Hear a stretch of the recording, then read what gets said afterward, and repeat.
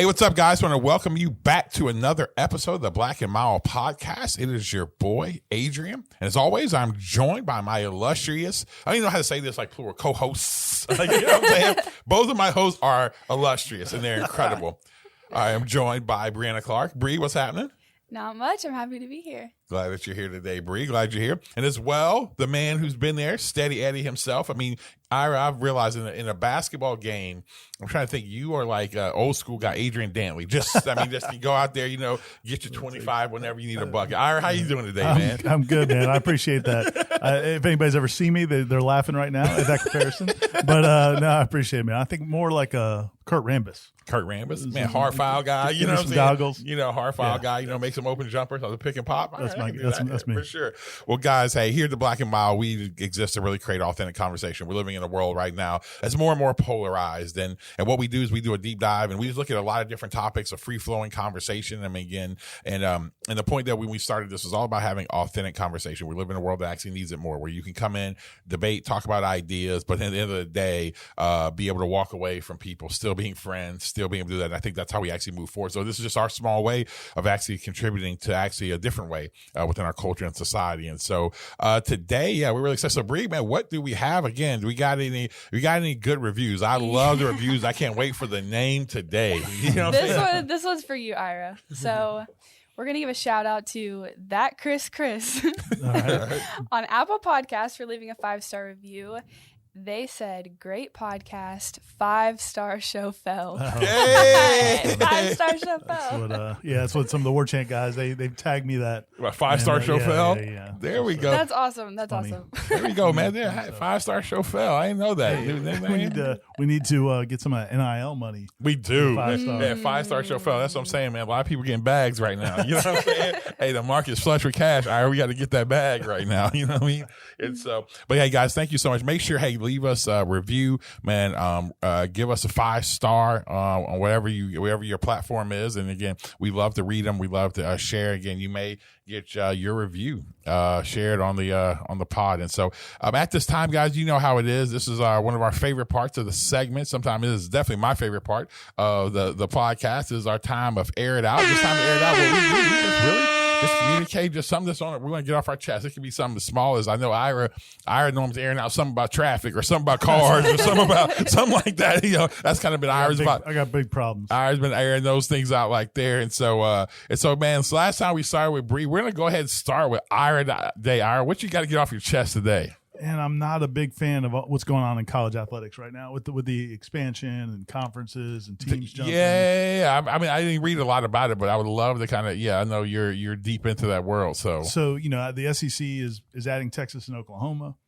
Is that a done deal? It's going to be a done deal. I think as we're recording this, it's still in the process. The SEC has invited them, and they're expected to join. So that's going to happen. And I just, again, man, not to sound like, the old guy, get off my lawn, and I miss, but I'm about to. But just the way, college athletics was so much fun is, growing up, especially when I grew up, and then when you were coming along, Adrian, and it was still that, I think it was still that way for you, Bri, where you just had rivalries and it all kind of, the history mattered. Yep. And so now you're going to have Texas and Oklahoma, two schools that are not in the Southeast, joining the Southeast Conference because of money. They want the money that they can get in the Southeast Conference. And so they're going to leave a lot of their traditional rivals. And this has been happening. It's nothing new. It's kind of been happening over the last 10 years. But this one seems bigger, and it's also going to set off what we think is going to be a tidal wave of more changes. The ACC is going to have to figure out. They were already behind the SEC in terms of money. Yeah. So they're going to have to figure out, okay, who can we get to make up? So whether it's Notre Dame or whether it's Cincinnati or Houston, or they're all looking to different parts of the country, because the more states they bring in, the more cable money they can get. Yeah. And so it's just, just disheartening because I still love college sports. It's why I got in this business. Yep. And it's why I like being a sports writer, and it may be good for some of these schools individually, but I just think it's bad for the sport overall, and it just kind of stinks. It just feels like change just for money. It doesn't feel like it's making anything better. Yeah. here's the thing, and again, normally we don't do this on air dial, but here's a little bit. This will be a little bit of my pushback, because here's the reason why I'm going to add. I actually think it's always been about that. You know what I mean? Right. Like, you know, it's always been about, I just think now it's just so, you know, before it's kind of like, well, we can kind of see this. Now it's like, oh no, it's blatantly obvious. It makes like no sense unless it's money Right. for like a Texas and Oklahoma to go there. Because again, but I also see it as kind of like, honestly, how, you know, when you look at like big corporations right now, you know, like how the big conversation right now in corporate world, like, do you break up, like, you know, are you going to break up big tech, right? You know, when you break up Amazon, because, you know, AWS and all the, you know, all those things. And the reason why I say that is like, that's what most companies are doing. You know, when Facebook went and got Instagram and did all of, so now you're building this big conglomerate of things because you want to be the most powerful thing versus, hey, it being spread out. And so I'm with you. I just think, but I will agree with you. Go ahead. No, I mean, I get your point, and it has been going on forever. Yep. I mean, FSU joined the ACC in 1991, and there was a lot of other schools moving around then too. So it's been going on for a long time for most of our lives. I guess the reason to me college sports is a little bit different in terms of there's always been a fabric, some sort of fabric that held these conferences together. Yeah. And it just seems like that's completely going out the window. Maybe it was a myth, you know, maybe it was just like the myth of amateurism, you know, that is, we're starting to kind of peel that away as well. But, you know, so maybe I was living in denial for the first 49 or 50 years of my life, and now maybe I'm coming to reality. But no, I think, no, but it is that idea. I do like, I mean, I agree with you, and I agree with you in your stance and statement. I just actually believe, here's who I think, and maybe this is me, you know, anytime I get off my lawn, this is my anarchist side of me. Like, I've never liked the NCAA. I've always said, let's get rid of it, because it's the only governing body. Like, you know, there's no accountability for them. So what the NCAA is dealing with right now, they're now dealing with the reality of them always being so slow. And so here's what happened. The world's changing. The world is changing. So, and they have never had answers to get ahead. They're always reacting. So like, you know, and then they're saying TV money. And again, I know these goes to conferences and all that, but if there was a way for I think, you know, your bigger governing body, the NCAA, and again, I know it doesn't affect, you know, there's each conference has their own thing, but they're part of it. There's just a way, I think, that the entire world, this is what I tell you, Ira, the entire world and almost every industry is so being disrupted right now in every part, just because I think the rise of the internet, I think the access of cash, I think all these things, and the world's just changing. I mean, it's just the college athletics, it's just speeding. Remember, I talked about this before. COVID sped everything up. This is just speeding it up even more. And now it's just happening in college athletics because it's big business, whatever. But I'm with you. You know, I actually hope all these conferences, honestly, just break away from NCAA. Fine, build your own super thing. I think that's where it's going. I think that's where it needs to go, and it's just I think it's the inevitable, and we're just trying to hold on. You know what I'm saying? It's like the old dude in the club. It's just like NCAA, the old dude in the club. You don't realize your time's passed. You know what I'm saying? And so anyway, all right, Bri, what you got? So I have a bone to pick with people who have been dogging Simone Biles for dropping out of the Olympics? Yes. There we go. I was trying to think of the certain part of the Olympics that she was a part of. Mostly because and a lot of the times I see it's from the older generation, which, okay, I get the concern. My generation can go to extreme with emotionality, but she's an elite level athlete. Like, perseverance is not an issue for her. Right. And to me, so the reason she dropped, she said mental health, but when you get actually into like the gymnastics world, dance world, cheer world, she had something called the twisties, which if you're not familiar with that, so when she flips and spins at the same time. So she goes backwards and spins. And what can happen, because I did cheer for a while, so this has happened to me before. National championship. Yeah, I was going to say, I cheered for a while. I'm not a Simone Biles zone, not nearly. I played tennis for a while. You got rings. But what happens is, like, no matter how much muscle memory you have, if you get to a point where you're really stressed out, you can tell your body to do something, and it does the exact opposite. So she's telling her a skill she's done thousands of times. She's telling her body to do one thing, but because of like the pressure, anxiety's high for her in that moment, her body does the complete opposite.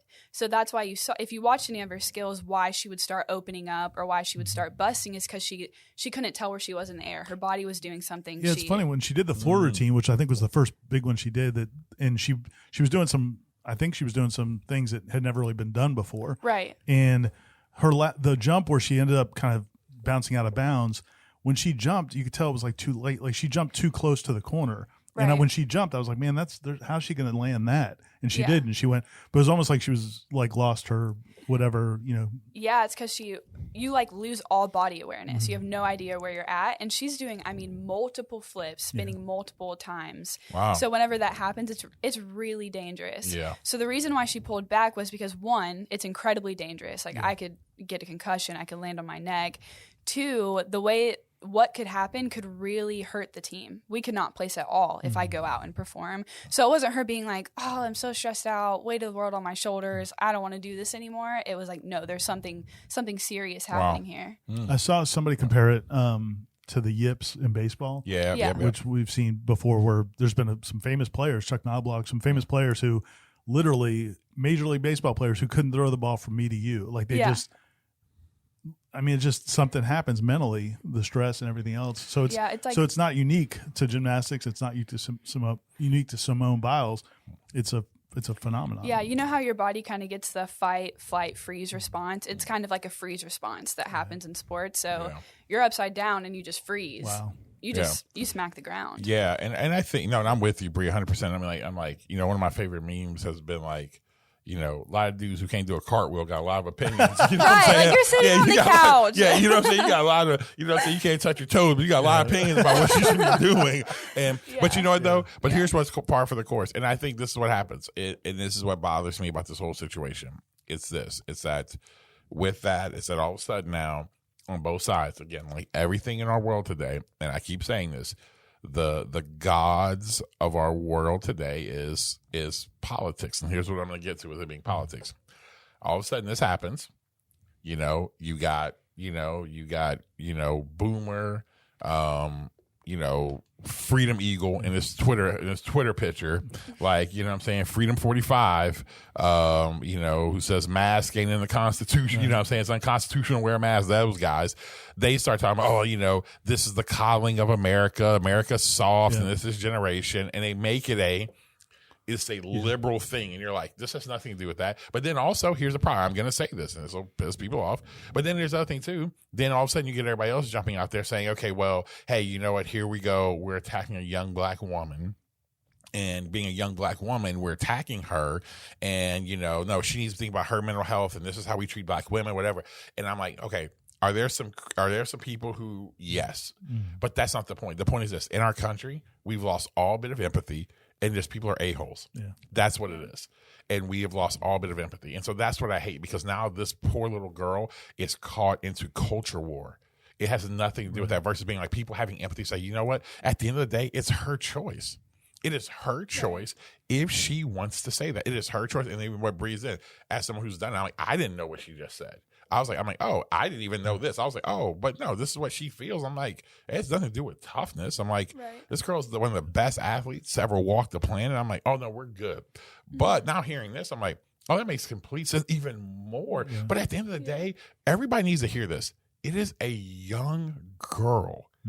Like, this is a young woman. This is not some 40-year-old. This is, again, this is someone Bri's age, just someone not too far. Ira, your daughter's age. Like, dude, they're still young. I'm like, give them we've lost our minds to not give, to give people just room.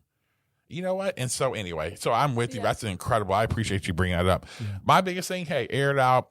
Be quick. It'll kind of lead into our conversation today. But my air it out is simply this: is that watching the NBA draft, here's one of my air it outs. I'm like, I'm all about standing out, having fashion, and doing things like that.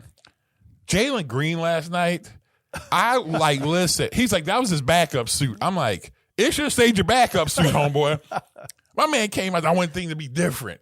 My man looked out there like he had on a Prince blouse underneath it and an oversized, it looked like I'm looking at homeboy's got a woman's power business suit on, but not fitted. I was like, what are you wearing? And I'm watching it and I'm like, and then he gets on there and he's like, yeah, they got my drip together. This is my backup suit, but it just kind of came together. I'm like, nah, man, listen, I'm worried right now about who's in the camp.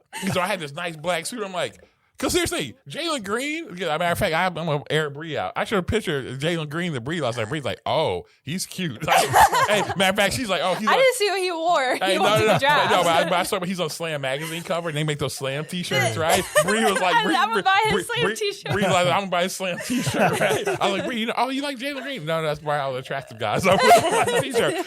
But like, I watch him like, yo, he's a good-looking dude. Homeboy, listen, when you're a good-looking dude, you ain't gotta try, man. Yo, just go, yo, just listen. Listen, everybody ain't blessed like that. Yeah. Man, just go with the clean suit.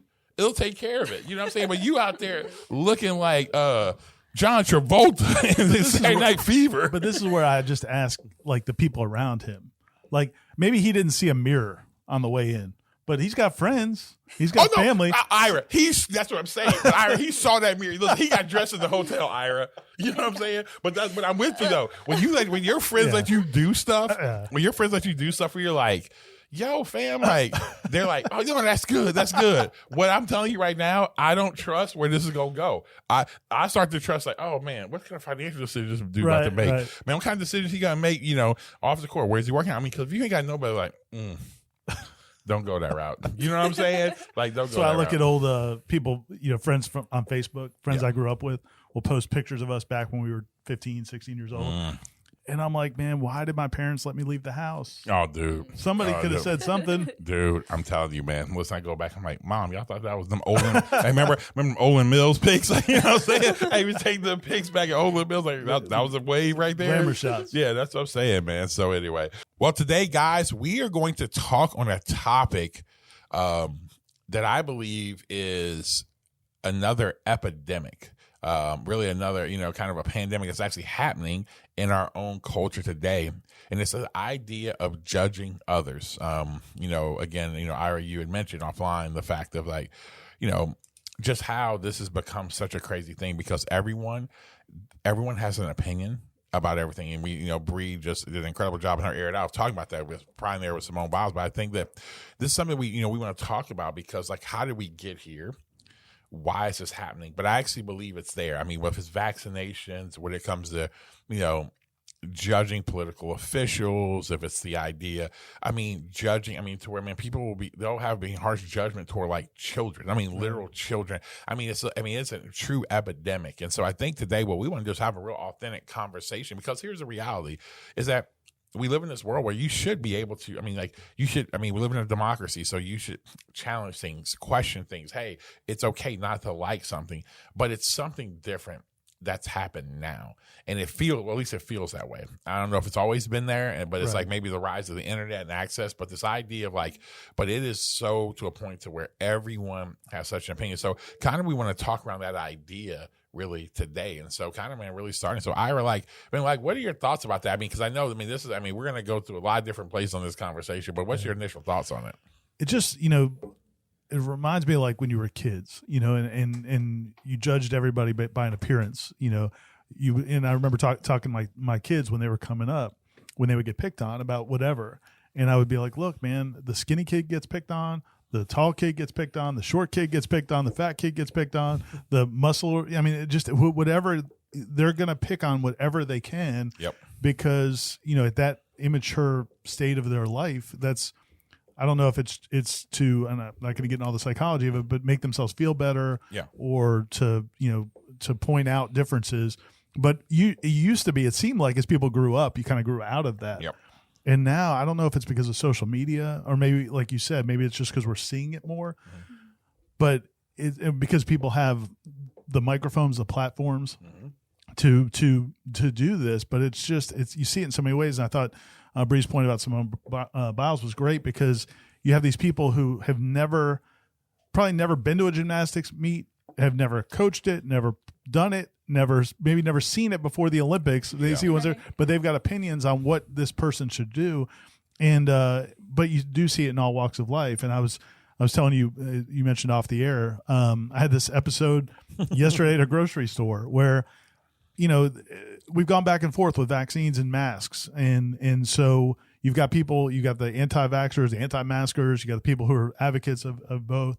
And I was walking, I put a mask on at a grocery store because my family wants me to do that now when I'm in an area with a lot of people because of the new CDC guidelines.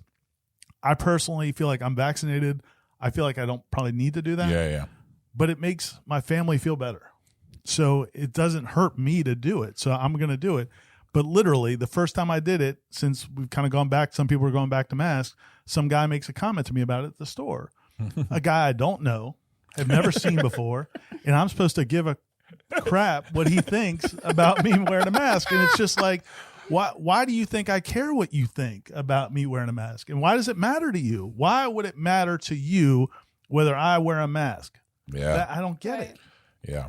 I know, Ira, you're 100% right. Everybody's got an opinion.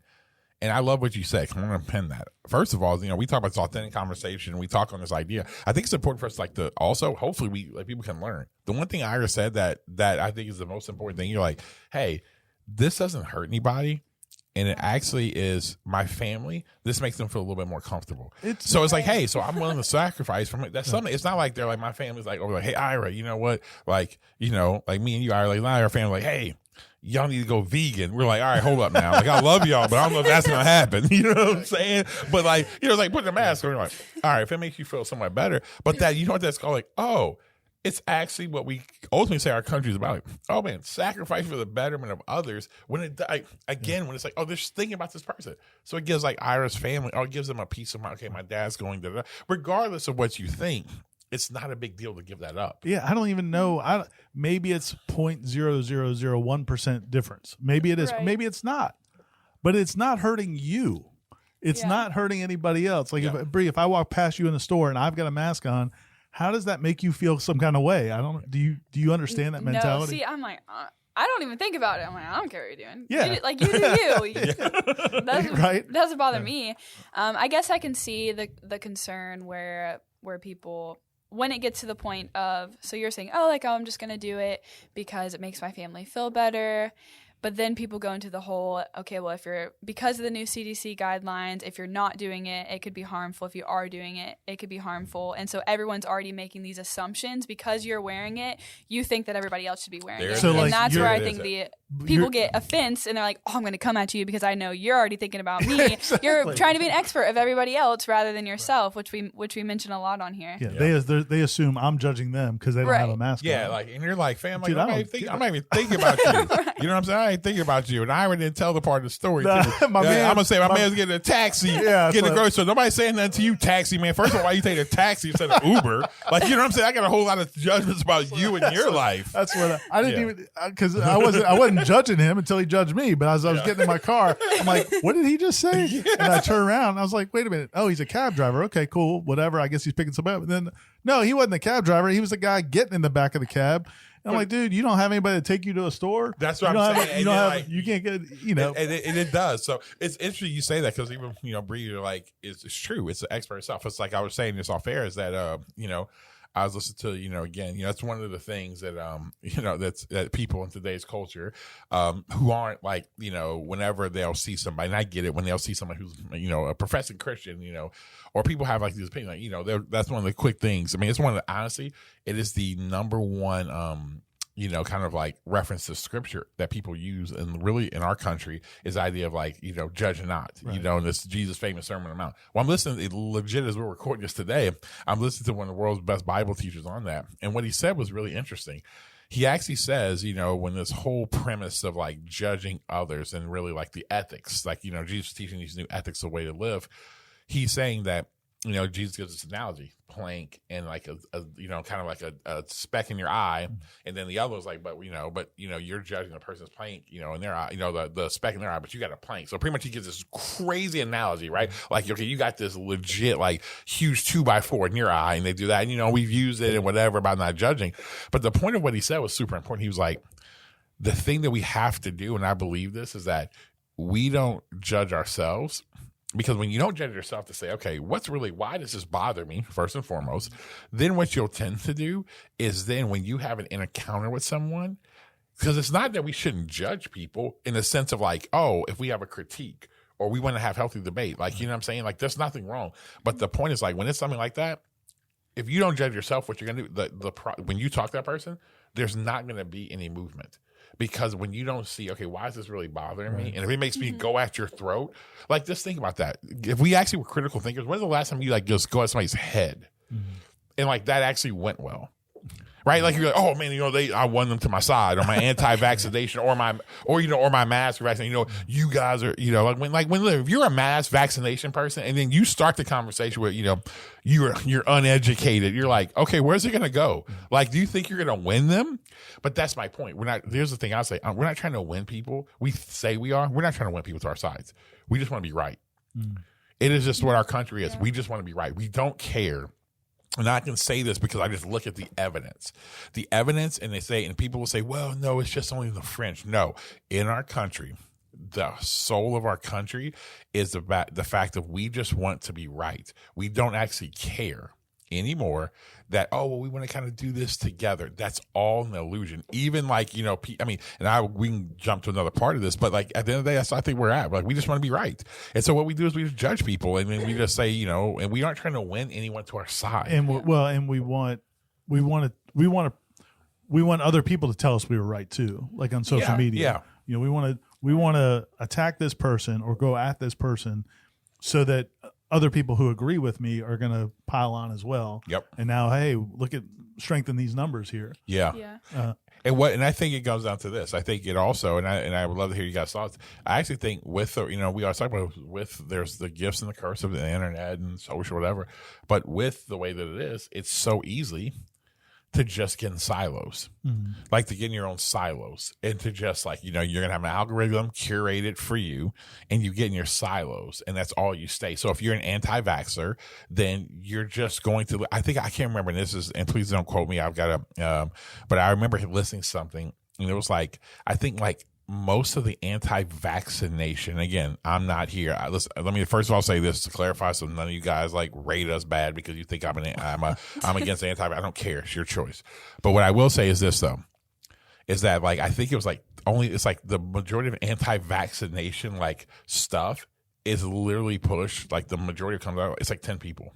It's crazy, and it's like, but those 10 people have created this whole groundswell of this. And my point of why I said, I'm like, it's like what we do, but you get in your thing. So you're just going to find more and more people. And then here's what happens when you get into your own little silo, right? Then in your own little silo, well, that's really funny. When you jump in these silos, then it becomes like the Olympics in those silos. How much of an anti-vaxxer are you compared to you win there? Or you're like, man, mass vaccination, you go there. Or woke, can I win the woke Olympics? Or, like I said, if you're in, I gotta tell people, you're two camps right now in the world. You're in Magistan or Wokistan, right? Again. And so like, hey, if you're in Magistan, you're like, who can be the best? Or if you're in Wokistan, and it's just, we live in those silos, right? And I think the internet allows us to stay in those silos. You know what I'm saying? More and more. I mean, Bri, what do you think? So do you guys think that it was less extreme before the internet? Absolutely. Yeah, I think it's magnified it. Yeah, because I think now, what I would say, Bri, is I think, and I love your thoughts, Ira, I think at the end, I think we've always been this way.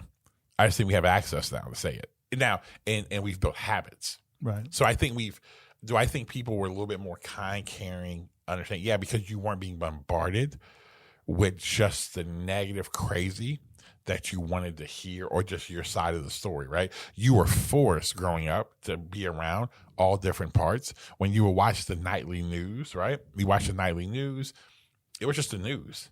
It was very rare where, there was always partisan politics, but you weren't getting like, this channel is giving you, you Dan Rather and Ted Koppel, they just gave you the news, and you got the news. And then you're around a bunch of different types of people, whatever, hearing different stories. Now you're fed it all the time. And then here's the thing, you have access to always say what you want, which then builds habits that don't ever teach you self-control. And I also think you didn't have, to your point, Adrian, there wasn't so much like separated media. There wasn't, this channel that gives you this channel that gives you this. Like you had a few networks, and then maybe CNN. Yeah. And so those were your only, so you were hearing both sides. I mean, the kind of the tenet of journalism is to tell both sides of the story and let people figure it out. But what happened in my business, in the media business, is we realized that doesn't sell. There it is. And so what sells is giving a point of view. So you'll see it and again, in my world in sports, even, where you don't just write about the game and what happened.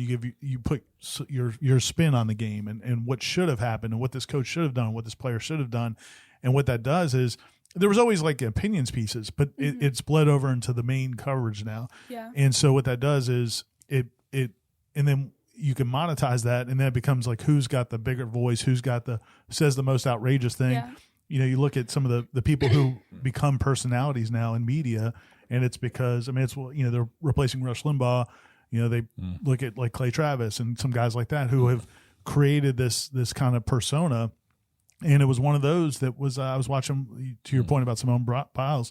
There was a viral video of this political pundit taking his show, which is about politics, to just rail against Simone Biles and how it shows the downfall of society and liberalism and all that. And it's like, man, how do you make that leap? Right. But yeah, I think it's probably some of those feelings have probably always been there.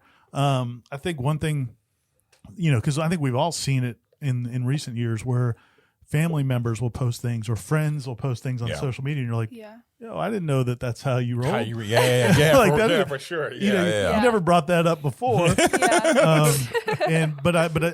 But it also, there's something intoxicating about sharing something like that, and then other people, right on and liking it and sharing it, and it's just kind of now. I think it just pushes everything more to the extremes. Yeah. And I think here's the other thing I'd say. Part of the reason why people judge and they start doing that stuff on social media, and listen, and this is probably me judging people, so I just think I'm sorry. Let me start myself.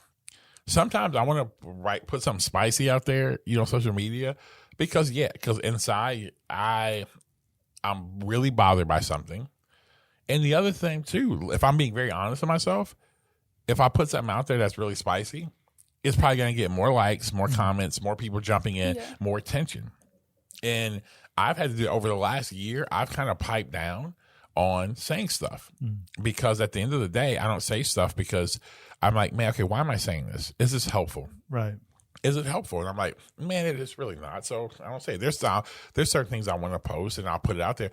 But I'm really thinking a lot of times people put stuff out there just because they want to have it. Like, be honest with you, want more attention in your life. So when I watch Facebook, there's somebody I follow on Facebook, and they're just always they're always posting stuff, and it's just like, it's so like pushing the edges. And I'm like, and legit, like it's somebody who I know, somebody I'm friends with, that what I'll eventually do, and I'm probably going to do with this person, is DM them again and say, hey, let's sit down and talk, because here's what you're doing. You talk a lot about, man, our country. You'll say it's liberalism that's dividing our country. And again, I think both political parties do that. But at the end of the day, what you're saying right now is not helping the conversation, because you're a white male railing against Simone and then comparing her to what's her name? One of the white gymnasts back in like Mary Lou Retton. It was Carrie Strug. Carrie Strug. Yeah, look what she did. And I'm like, and then you're wondering why. But then here's the thing: you'll be the first one. Man, you guys made this about race. I'm like, you're making it about race because now you've taken a white woman from back then, and what you're saying. Look how strong she was. When you're looking at Simone Biles and saying this. This is what it pisses me off.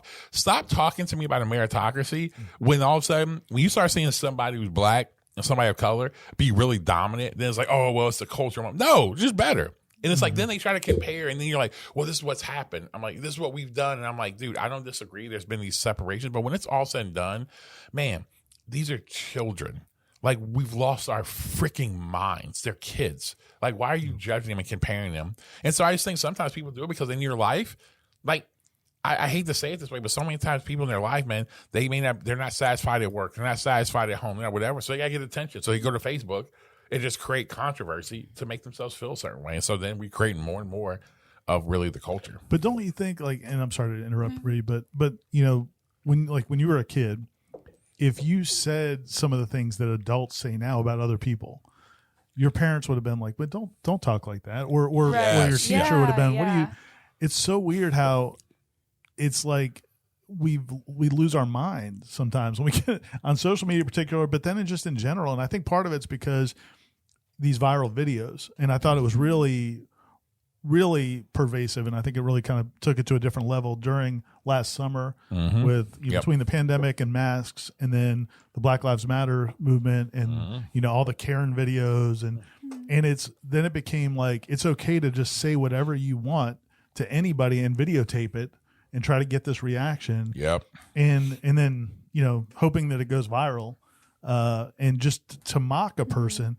Like a lot of those people in those videos, I think we're having mental health crises. Mm-hmm. I mean, and I don't know why that's, what they're saying is bad. And if you've got a lady who's in a store and gets mad about a mask and just starts throwing stuff off of shelves, that's not, there's an issue there. There's a crisis there. Right. We need to help that person, not videotape them and have everybody shame them on the internet. Yeah. Yeah, I feel like that goes back to what you said in the beginning and where just how we lack so much empathy. Yep. Because if I see that and my first response is, oh my gosh, that person is so awful. I need to share that on the internet. Everybody needs to see this. I need to expose them. I need to cancel them. Yeah, they need to be canceled. All white women canceled right now because she just did this thing. Like people go straight to that. But I have 2 points. So the first one is I wonder if, similar to what you said, if it's always happened, there's just more there's more access to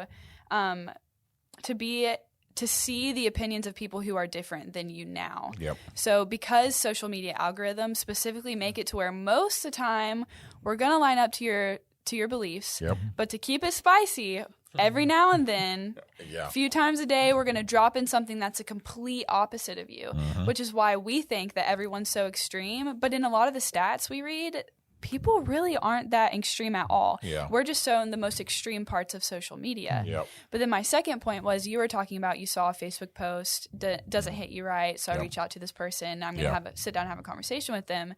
So just to bring it to a street level, how close do you need to be with somebody to do that? How in proximity? Because obviously you can't do that with everyone on the internet. Yeah. No, I say this. I think if you have, here's what my rule as I go here is that if it's someone who I have like a direct connection, like where it's beyond like, where it's beyond a, just kind of, kind of normal social media. Yeah, we kind of live in the same city type thing, but whatever. But honestly, if it's somebody I can go beyond that with, and I've had conversations, I'm willing to go do it. I think it all depends on the person. I think you also have to look at how much does it bother you.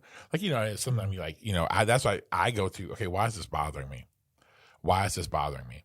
And then once I deal with myself, that's the one thing I think, deal with yourself first, because even when someone's saying something crazy, why is it triggering you? Because there is something still broken within us that triggers us when someone says this. So as a black man, why at the end of the day, like, let me tell you this, when I see like, some person post something about, about whatever, something that is like, it's got some, I'm saying it's like, they ain't racist, you know what I'm saying? But, they're not like top floor racist, they're not penthouse racist, but they got like a 2-bedroom, 2-bath. They moved down the block. Yeah, they moved to the racist high rise, but you're at the bottom, one bed, one bath. You know what I'm saying? Like, I got a couple black friends and, and I posted a black square, but when it starts affecting my job, you know what I'm saying? Rachel Nichols. Yeah. But anyway, but in all seriousness is that what it comes down to, honestly, is that it still affects, when somebody says that, it's still like, why does it affect me?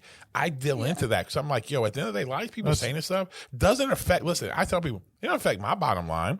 Now, when I begin to see people spew, like, who sit in place of leadership, who spew things where I'm like, okay, now you have a following. You have a platform. And that platform leads people down this road. That's when I think, but again, it needs to be addressed. And then I think those are where a lot of those conversations actually need to be had. But here's the truth about it. Nobody, it goes back to the original statement, nobody's really trying to actually live, a lot of people, in unity and figure it out. It's just we just don't have any tools anymore, and we refuse to have the tools to actually walk through that. It's funny because my wife she'll get onto herself about reading the comments. She'll start reading the comments on a story, and she'll say, "Why do I read the comments?" And I'm like, "Yeah, why do you read the comments? Stop reading the comments, because they get her so mad when she reads things that are." But that's a good that's something I want to say to her now. That's a good point.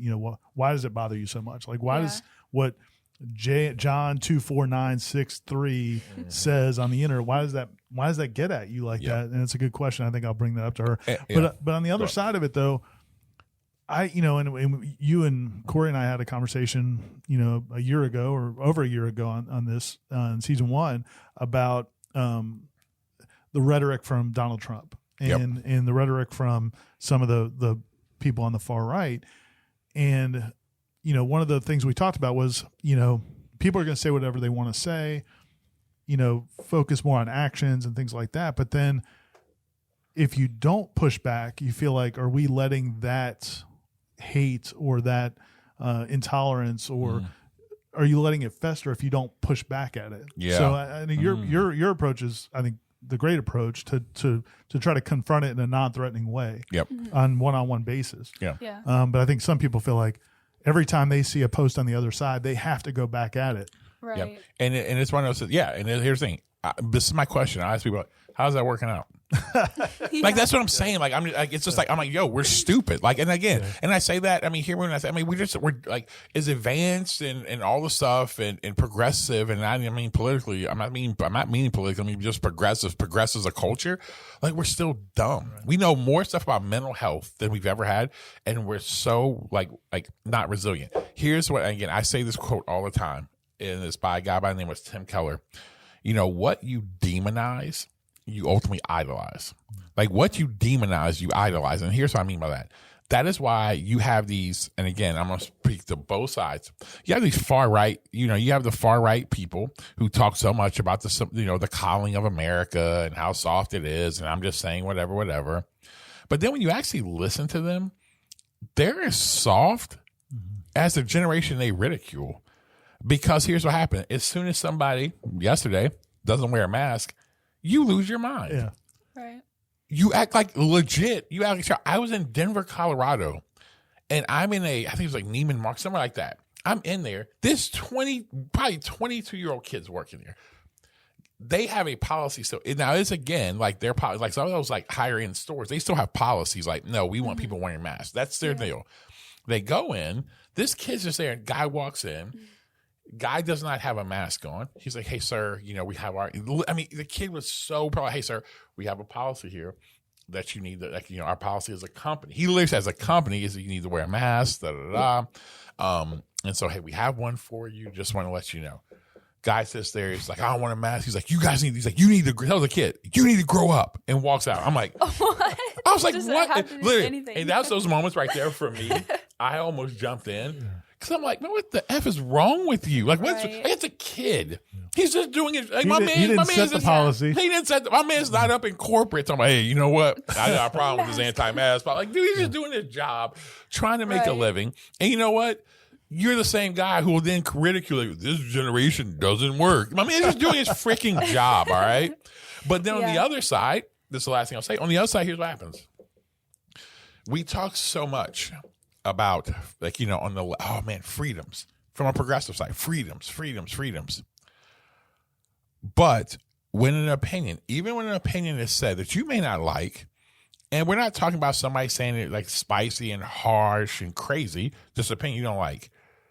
Now you're the first one. We need to silence them.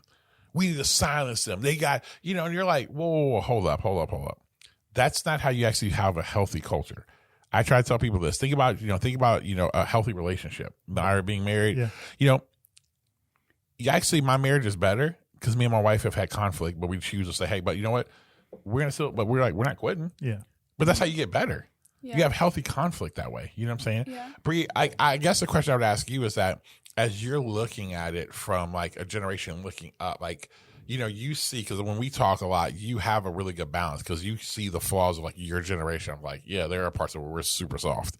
But then the other side parts of it where you're like, yeah, so kind of what's kind of some of your perspective on this? What you just said a little bit before that made me think about how you talked about demonizing people. And to do that, I think you have to strip the humanity away from people first. Good point, yeah. And I think that's what we're talking about. Social media really started this more judging, lack of empathy. And I feel like that's what social media did. Like, that's the root of it. It takes the humanity away from people because all you're seeing is a post, which is why I can say whatever I want, which is why I can argue with you. But then whenever we sit down face to face, I can't say the same thing because I look at you and I see it like I see a human being with children, with a family who has passions, who has desires, loves, all those things. I'm like, oh, wait. There's some goodness there, and I can't completely mark you as whatever my idea of you was before. And I think because of social media doing that, it's easier to do that in places like the grocery store too. Because think about if the taxi guy looked at you, saw you with the mask, and was like, oh, like what you said, think about yourself. So he looks at you and he's like thinking all these thoughts, and he's like, wait, why did I think that about him? Yeah. And he starts asking those questions. Why did him wearing a mask make me want to say that? What did I believe about him? And then he gets down to, oh, it's because I think that he's already thinking these things about me. So I'm getting defensive. I'm saying all this stuff. Yep. If he would have done that and him not doing that and saying what he said to you just led to you being like, oh, well, like now, like I'm judging you. Now I have to go home. And maybe you're like frustrated that your family made you wear the mask. Maybe you're like, oh man, now everybody in the grocery store thinks that about me. Maybe not. Yep. But you're going to something else inside of you where it's like, okay, what if he just did that? It stops a ripple effect. Yeah. So if everyone just started actually thinking about that, it would calm the waters so much more. Wow, that's a great point. I wonder if also the pandemic has kind of added to it, also from the standpoint of, we are more in silos physically now. Yep. Right. People are working from home. They don't have to go into an office and sit in a cubicle next to somebody or talk to somebody at lunch. Yeah. Everybody's kind of it's. You're even more isolated. No, yeah, I think it's definitely part of it. I think we don't realize how much it really has impacted the anxiety of us. Because I mean, again, I try to tell people, man, we have lived through, you lived through a pandemic. You lived through the fact of like, all of a sudden it's like, man, restaurants are closed. I mean, a whole different lifestyle. We have literally changed. Like our lifestyle has changed. I mean, and I think that affects people. I don't think people realize like the mental. So all you had was like you're sitting at home, and now you're even more in social media. Yeah. I mean, you're more diving into this stuff. You know what I'm saying? Like, because now you're not having to hide it. Sitting in your cubicle or in your office. You know what I'm saying? Now I was saying, oh yeah, I got my work screen up, and then I got I'm streaming whatever else I'm doing. It's like it's crazy.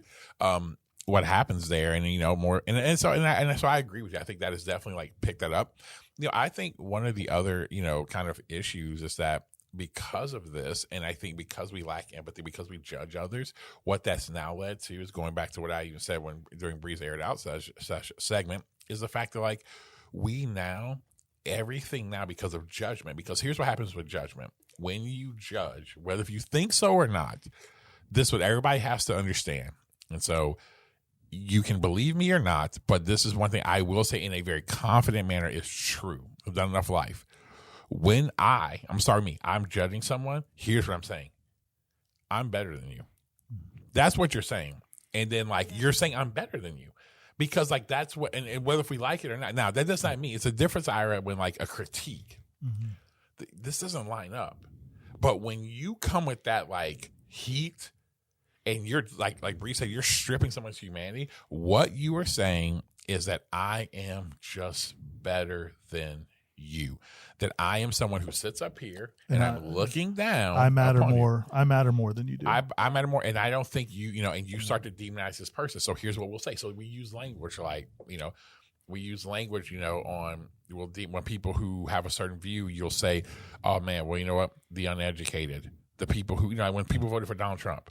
The language they use about those people, they're like, oh well, those rednecks, they're like the rednecks that live in the panhandle. People live in the trailer. What you're ultimately saying, poor white people who you think are uneducated. On the other side, what you'll say is this: oh man, you're doing that. Oh, you're soft. Oh, those liberals. Like you're questioning someone's like toughness in life, and you're like, when you do that. The conversation never ever goes well. Well, it's funny you say that because one of the things that I've criticized my friends on the left for more than anything, one of the things I don't like about being on the left and especially when I was younger, is there's so much talk about the intolerance of the right, and it's like, well, then are you tolerant of them? Are you tolerant of their opinion? I mean, it's we can drop a Rick Ross ad, huh? And so that's just one thing that's kind of always bothered me. But how do we foster empathy though? Like it's a great point that we're losing empathy and we don't like, what can we do to help people find that? Is there anything we can do on an individual level beyond, I guess, just the conversations like you were talking about? You want to go first? Wow, that feels out of my depths. I think where it starts is to me, the root of it is dealing with yourself, because the more that you think about yourself and the issues inside of you, the more you realize that you're not that good. And then that's when it's like, oh, I'm not that good. Nobody's really that good. Right. We all have our stuff. So I can find something in me that relates to whatever you're experiencing, whatever pain you're experiencing, so that whenever I look at you wearing a mask, I can think about, oh man, like maybe I'm not so scared of the pandemic anymore, but think about whenever it was a year ago, what I was feeling, which can be completely valid, but it can also be completely valid if you're still really terrified, or if you want to wear the mask. Or that person might have family members at home who are at risk, or or they may have had an exposure that they're concerned about, and they want to. I need to go to the store, but I don't want to expose other people to it. But putting yourself, just trying to see why people are acting the way they are instead of just judging right away. Yeah, and being able to think like, oh, maybe that's not what I want or need, but there's room for that person to still do what they want and need. Yeah, no, I think you just made the point. It's this. You say, what is it? I think it's this idea of like make room for like people, make room for people's flaws, make allowances, right?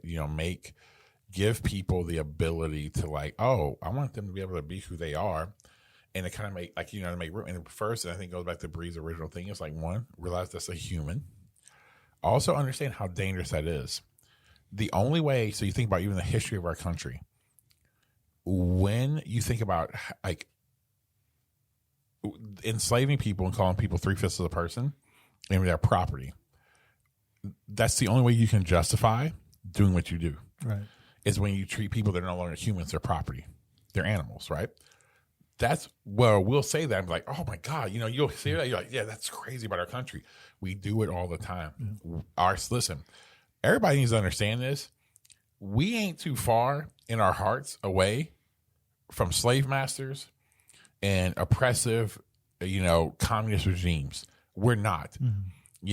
Every person, listen to God honest truth about it. I mean, and again, I don't justify, please hear me in this. There is no way I'm justifying any one of those things to be okay, the behaviors of it being okay. But here's what I realized. I'm like, oh, man, I could be like that. I could, like, in my heart, no, I never could be like, yes, you can.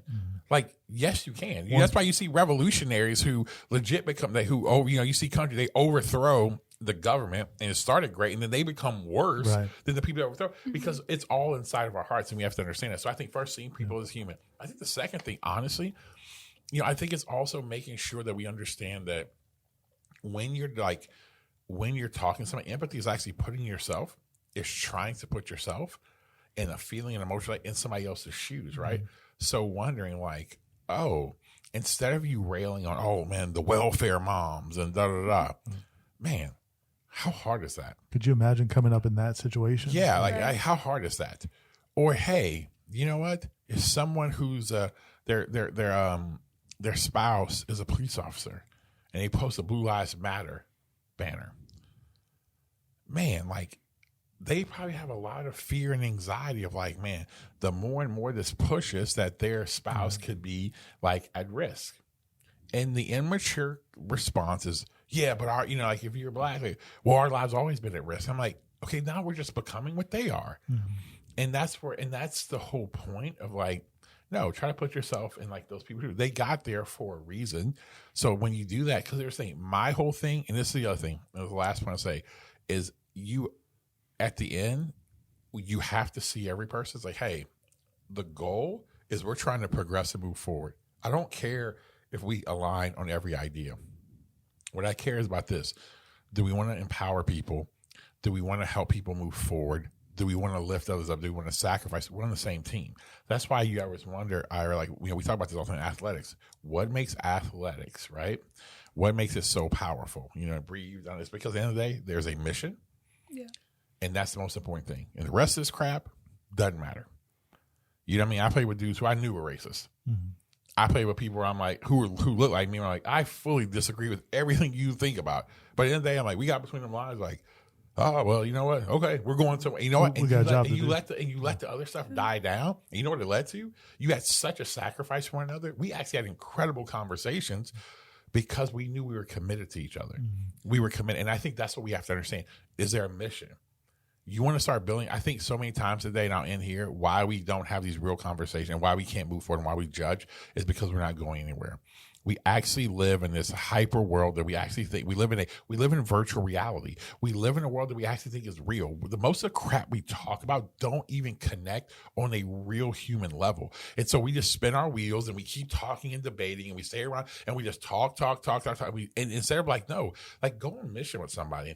You know what? If you have such an issue right now with, policing, let me tell you this, then actually begin to say, you know what, man, I want to start going on a, community, the ride alongs. If you have relationships with police officers, go get in their shoes, go talk to them, go this. You know what? Because I guarantee you, that one police officer who you just don't go in there saying, you know what, all cops are this. No, go in there with them, man. Try to understand, trying to learn. Because when you do that, you know what? People are all apt to be like, oh, hey. That person's great. Let me lean in a little bit more. You know what you can do? Maybe they have a view of someone of color. You know what you can do? Maybe you're the one who changes that thought. Maybe the one, and again, I know I've been going, but like I recently read this. I think it was in Malcolm Gladwell's book about strangers. Oh God, we'll link it in the show notes. But he talks about, there's a story of a guy who literally was, I think he was a musician, and a person he became friends with is a dude who's a Klans member.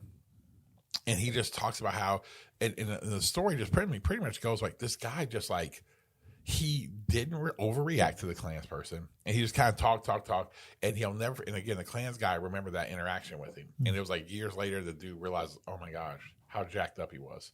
Wow. And then it changed him to where then he gets out of the Klan, he does also, but it was literally a dude, like his interaction with him was like he did, and the guy wasn't like, hey, it's okay to be a Klansman. No, he didn't. But at the end of the day, he was not like, he leaned in, and that's when change. You know what? And now all of a sudden, who knew what would have happened to that guy as a Klans member if he stayed there, and the more harm he would have done, versus now there was somebody on the team. And that's where I think we have to get to. Yeah. That's where I think we have to move towards. No, that's great stuff. And the only thing I would add is that, because I'm thinking internally as you're talking, and I'm thinking about like my personal growth, how many times over my life when I've had a real conversation with somebody that has a different viewpoint or come from a different background, how you walk away from those conversations. I've always walked away from those conversations feeling like I've grown, and so you maybe can't teach the world to be empathetic, but maybe it is on an individual level. If you're constantly seeking that growth, that's going to help you, and I think would help other people. Yeah. Bri, as we come to a close, what is it that you think, so for people who are like, because one of the things I do think, like your generation coming up, kind of Ira and I, we sit kind of in that Gen X world. You know what I'm saying? We're like in the Gen X world. And, kind of millennial, Gen Z are the ones coming up. What is your opinion, again, of like those who are older that actually could help? Like what are practically for them to actually help the next generation? Because we all talk about, we want this, leave it better for our kids. But I'm like, well, do we? Because right now, it's like we're burning it down too. You know what I'm saying? We're with them. We're burning it down too. So what would be some like wisdom and thoughts you would give to be able to help? I think probably just asking questions. I think whenever you see someone who's in that generation, be like, hey, can we have coffee for 30 minutes? Oh, can we talk for 30 minutes? Because like we've been talking about this whole conversation, is it immediately kind of like burns down any barriers that are there whenever you extend that, oh, hey, can we just have a conversation? Because what I think is that you will learn a lot of wisdom and they will learn a lot of wisdom. I think there's things that we can learn so much from one another, but because of all the barriers that are there, because like we don't interact really, to be honest. We don't interact.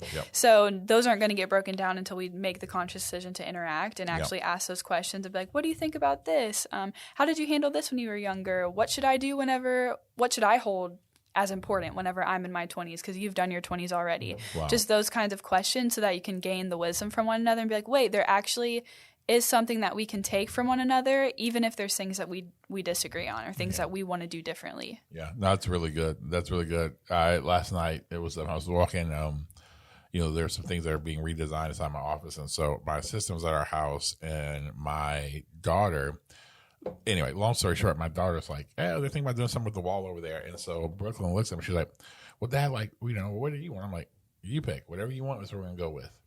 And you would have thought I just gave this 13-year-old girl like keys to the world, right? But something that small, when you're like, oh, yeah, she can, because again, she has a good eye. I'm like, man, it wasn't like I'm like, oh, you know, it wasn't like my I love Jalen. But I wouldn't let Jalen do that. You know what I'm saying? Like my man would have a mural, you know what I'm saying, of Pooh Shiesty on my wall. You know what I'm saying? So like you know what I'm saying? He'd have like free Shiesty up there. I'm like, no, we don't need the free Shiesty. Anyway, but no, he would, but Brooklyn, she has a good eye for that stuff. That's what I'm like, no, what do you think? And she'd be like, oh, okay. And you see when you empower, you know what I'm saying? Me and my wife would watch, like we, you know, one of our rooms in the house, we let her, like, we had somebody living with it and she designed it. And I'm talking about watching her take responsibility for it, watching her order the stuff, watching her go in and set it up. You're like, and just that made her feel like, oh, mom and dad, they value me, they trust me. Yeah. And you know what that does? That opens her up for us to be able to help her to give her advice when there's hard things that come and that's going to help her confidence. Help her confidence. It's going to help us be able to, when like we do really need to guide her on something, she realized, oh, mom and dad, like, you know, and that's why I want to encourage people, like, man, like the next generation, or even like, it doesn't have to be those who like, it's something about when you actually ask people's opinions and without you fighting them, just hear what they have to say. Find a common ground, I guarantee you can. And you actually then begin to, if you have an opportunity to empower someone, what that does, like how that literally changes, changes everything. I mean, we're seeing at Ira, you know, as we close, we see it with, I tell people all the time, Florida State basketball. It's something this simple. Leonard Hamilton, who looks like he's 50, you know what I'm saying? Like, look 40, but, he's 70-something years old. How does he connect with this generation? Most of those guys are like, oh, I'm out. It's literally about their approach to how they go about the work, and it's all about empowerment of these kids.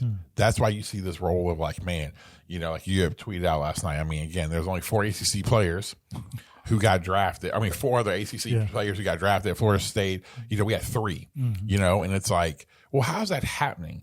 And it's because when you actually talk to those guys, it's literally about them saying, hey, and you see, when most people watch Florida State, they're like, dude, they play as a great team. But when you actually see Coach Ham's approach, his approach starts with those players saying, hey, we know your goals. Yeah. We're going to help you get there. And so they give first, and you know what happens? Those players all give. So that's why you have Scotty Barnes, who literally was one of the top 5 to 10 players in the country, willing to come off the bench. Yeah. And you know what happened? He's the 4th pick in the draft. Pat Williams, 4th pick in the draft. Mafandu Kamangeli, 27th pick in the first round. All were 6 men because they gave first. And that's why I want to encourage you. So how do we stop judging? Give. Go empower us, and then watch what happens. And I think that's how the conversation actually begins to change. And so, well, yeah. Well, hey, guys, listen, here's practically for you as you go out there. Let me just challenge everyone listening today. Go have that conversation. Somebody who maybe you don't agree with, go listen. Don't judge. Maybe for you today, hey, when you're thinking about, you got those tweets lined up in the queue, listen, just put them in the drafts. Just say, maybe that's your first step. Tweet it and just put it in the drafts. Listen, I do that. I got a lot. Listen, I hope no one ever hacks my drafts. You know what I'm saying? I got a lot of spicy stuff in my drafts. You know what I'm saying? But hey, you know what I'm saying? Tweet and delete. You know what I'm saying? Like whatever, but take that step because I want you guys to think about this. Ask that one question. What you're doing right now, is this helping the conversation? Is it helping the conversation? People don't need to hear like, oh, they just need to hear truth. Trust me. There's enough truth out there for everyone. They don't need you. All right. Like you said earlier, how's it going? How's that working for our country right now? It's not working well. We're literally arguing over stuff right now that could actually help us. And we've made all of it political. Like everything now is political and it's not helping us. And if we're going to progress as a country, we got to stop doing these types of things. So until next time, we'll be back with you soon on the Black and Mild.